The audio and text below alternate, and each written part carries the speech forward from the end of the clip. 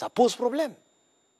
Boire l'eau aussi est un problème pour parler des liquides après les aujourd'hui, l'eau est-elle un médicament? Mais l'eau aujourd'hui, c'est un médicament. En tant que diététicien, nous, on prescrit l'eau comme un médicament. Pourquoi? Parce qu'aujourd'hui, on ne boit pas de l'eau.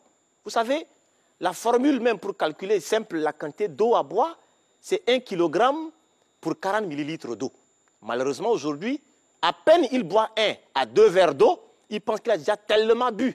Mais lorsque le corps souffre d'une déshydratation, on fait souffrir les cellules. Le corps devient acidifiant et c'est difficile d'épurer le corps des déchets toxiques. Un exemple simple, le fait d'avoir un taux élevé de cholestérol. Ça, beaucoup de gens ne le savent pas. Quand je bois peu d'eau et que mon corps souffre de la déshydratation, le corps lui-même induit à la production du cholestérol afin de protéger les cellules de l'eau pour que les cellules ne puissent pas perdre encore davantage d'eau.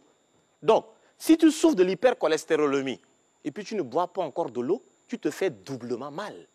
Donc, l'eau aujourd'hui, véritablement, c'est un médicament. Et on doit boire de l'eau.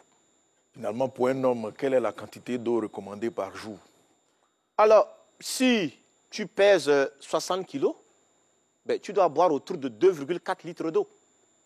Si tu pèses 70 kilos, ben, il te faut boire 2,8 litres d'eau. Si tu pèses 100 kilos, il te faut boire autour de 4 litres d'eau. Mais le plus souvent, on prend à peine 1 litre d'eau et on vient maintenant compléter avec des infusions bien sucrées ou bien des sodas bien sucrés. Et ça crée un désordre. Comment ça se fait?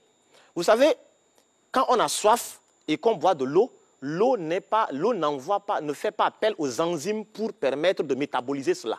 Mais lorsque je prends du sucre avec, je ne sais pas, du thé, du Nescafé, tout ce que vous savez, ben, le corps envoie des enzymes et ça crée des problèmes. Et aujourd'hui, c'est difficile d'arriver à faire la différence entre la sensation de la soif et de la faim. Et ça pose problème. Justement, quand on a soif, on préfère prendre un soda et puis... Exactement, ça c'est pas... Ça ne peut pas étancher la soif. Non, ce n'est pas la bonne manière. Quand vous prenez une bouteille de soda, il faut que l'organisme arrive il faudrait apporter autour de 3 à 6 litres d'eau pour permettre à l'organisme d'épurer les déchets toxiques qui sont apportés par le soda. Et là, c'est un problème aujourd'hui. Et à la longue, nous devenons maintenant un déchet métabolique terrible et on devient comme c'est un central nucléaire de déchets toxiques. C'est inquiétant, mais ça fait aussi rire. Oui, mais en fait...